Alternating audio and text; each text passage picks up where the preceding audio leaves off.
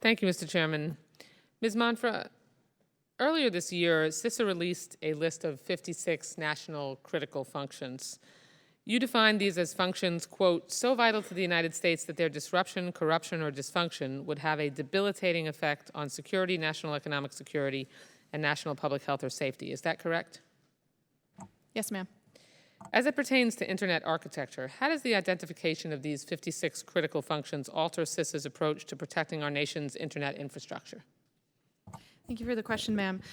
What it does is more holistically it defines what functions we are concerned about. So previously, while it is important to continue to have these sector-specific approaches, but when we're talking to the IT community and the communications community, we felt it was important to narrow in a little bit more on what specifically. So we're talking about routing and addressing. Are we talking about the Internet exchange point conversation and physical infrastructure that supports the Internet? So we felt it was important to start to disentangle, so it's not just all, here's an IT and communications broad structure. Industry already thought this way.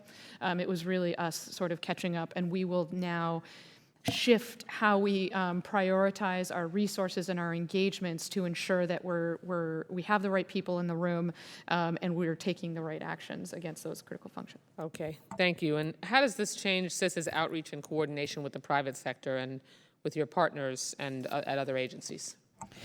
What it really means is we were going to ensure that the right players are in the room. We have great partnerships with the IT and communications industries, but as we started to think about a functional approach, which is frankly the way the adversaries are thinking about it, we recognize that not all of the correct players were in those conversations. So we want to ensure that the owners and the operators, the providers of services are also a part of whether it's just information sharing back and forth, so they can give us information about what might be going on, or we can provide them information, but also they're part of this broader policy conversation when we're thinking about risks and what we want to do about it.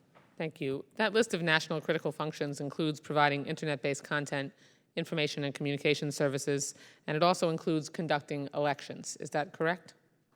Yes, ma'am. Of course, our Internet architecture is connected to election security in many places across the country. So let me start by asking you a question that I've asked CISA Director Krebs multiple times since May of this year. Russia intentionally influenced our 2016 elections and is expected to try again in 2020.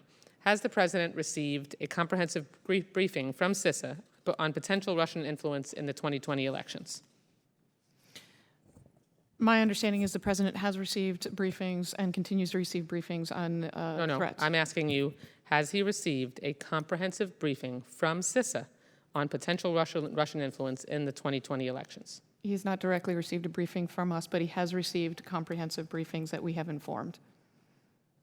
Okay, that's new information because since the last time I spoke with Director Krebs where he has said no, or he was not aware that small briefings here and there, that's different than a comprehensive briefing specifically given to the President of the United States on Russia's desire and intention to influence the 2020 elections. So since the last time I asked him, that comprehensive briefing for the President of the United States has taken place.